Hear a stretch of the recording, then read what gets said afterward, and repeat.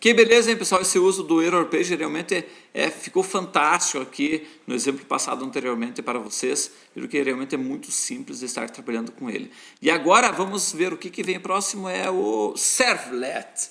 Tá certo? Pessoal, veja só, eu nem ensinei ainda a parte do Servlet, mas como aqui, só para mim não deixar de pelo menos falar um pouquinho para vocês, certo? A gente pode estar configurando então as minhas servlets aqui no WebXML e nesse curso mesmo, já mais adiante a gente vai estar trabalhando, acho que mais umas 5, 6, 8 videoaulas daqui para frente, a gente já vai estar trabalhando com a parte do servlet, e aí eu vou voltar aqui para nós configurar na prática e usar, tá certo? Então o servlet é usado para configurar como será o acesso aos servlets usados pela sua aplicação. Exemplo, então a gente vai usar um servlet name, o nome da minha servlet e o servlet class, tá certo? Qual é o servlet que ele vai estar executando. Inclusive se você quiser, você pode usar para JCP, né? Que na verdade lá no final das contas é um servlet também, né? O JCP, depois de compilado, ele se transforma em um servlet. Mas seria isso daqui, ó. Servlet name, servlet Julia, por exemplo, e daí JCP file, Julia JCP. Então tu pode estar configurando desta maneira aqui, tá certo? O que mais que eu tenho aqui sobre servlets? Para definir então servlets de inicialização e sua ordem.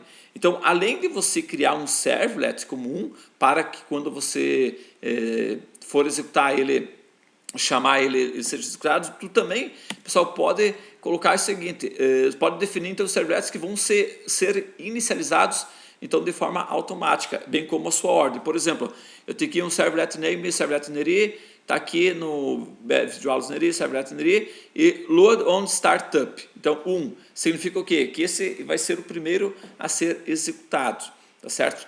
E aí depois eu tenho aqui um outro servlet lise, um load start 2, certo? Load on startup indica que o servlet deve ser carregado, instanciado, e seu método init chamado quando a aplicação for iniciada. Então, quando a aplicação for inicializada, ele já vai estar instanciando e executando o init dessas minhas servlets, tá ok? Então, é esse load on startup que vai fazer então esse executar de forma automática, tá bom? O que mais que eu tenho aqui? Servlet mapping. Define o mapeamento que é usado pelo servlet container, certo? Então nós temos aqui ó, um exemplo, então, servlet map, certo? Que é o que a gente fez na aula passada, aliás, na aula passada, eu estava explicando antes aqui, está o exemplo do meu servlet que eu comecei a explicar sobre servlet, tá ok? Para mim fazer um mapeamento, para mim poder executar esse cara, para mim chamar ele através de uma URL, certo? Olha só, então eu tenho a minha servlet aqui em cima. Para mapear o servlet acima, você poderia fazer algo como servlet mapping, aí servlet name, que tem que colocar o mesmo nome do servlet lá em cima, e a URL pattern que você vai estar acessando, certo? Você vai digitar então, por exemplo, barra acesso servlet neri, certo? Então, assim você poderia acessar o servlet acima, como localhost 8080, que seria o meu domínio, né? Barra sistema, certo? E daí acesso servlet neri, ou seja, essa URL pattern aqui que foi criada, a partir do momento que eu colocar acesso servlet neri, ele está indicando que é para executar a servlet neri. Isso é uma coisa muito legal e que nós vamos estar executando aí nas próximas videoaulas também, tá certo? Tem mais uma coisa sobre aqui, ó, servlet mapping URL pattern.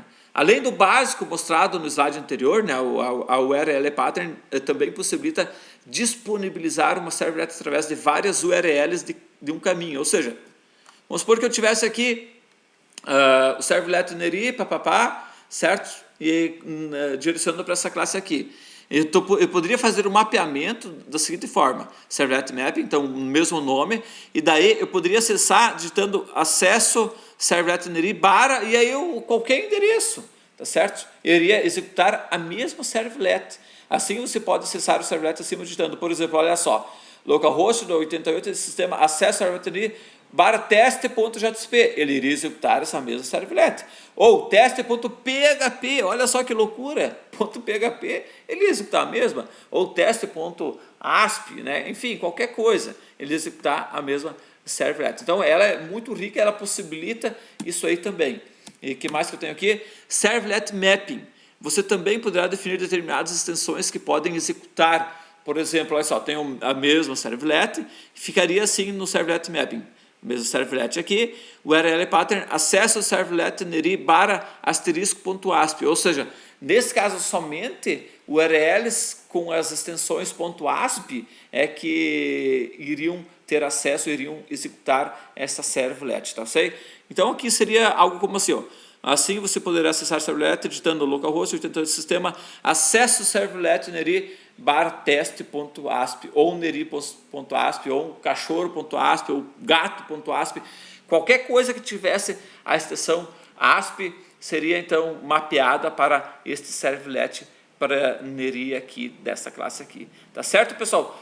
Realmente muito legal. Eu só não vou implementar isso aqui agora nesse momento, porque eu ainda não ensinei vocês a criarem, e a questão do servlet é um pouquinho mais complexa, não que seja difícil, mas não é que nem o error page, que a gente fez uma página, cria uma paginazinha ali, vagabundinha e deu para bala. Não, o servlet exige um pouquinho mais de uma explicação mais detalhada da minha parte para vocês, por isso que é só por isso que eu não vou criar agora um servlet e implementar aqui, mas já a gente vai voltar e eu vou estar ensinando a criar servlets, vou explicar em detalhes e ainda vir aqui e fazer o mapeamento para vocês, tá ok? Então pessoal, próxima videoaula continua, um abraço, até mais e tchau.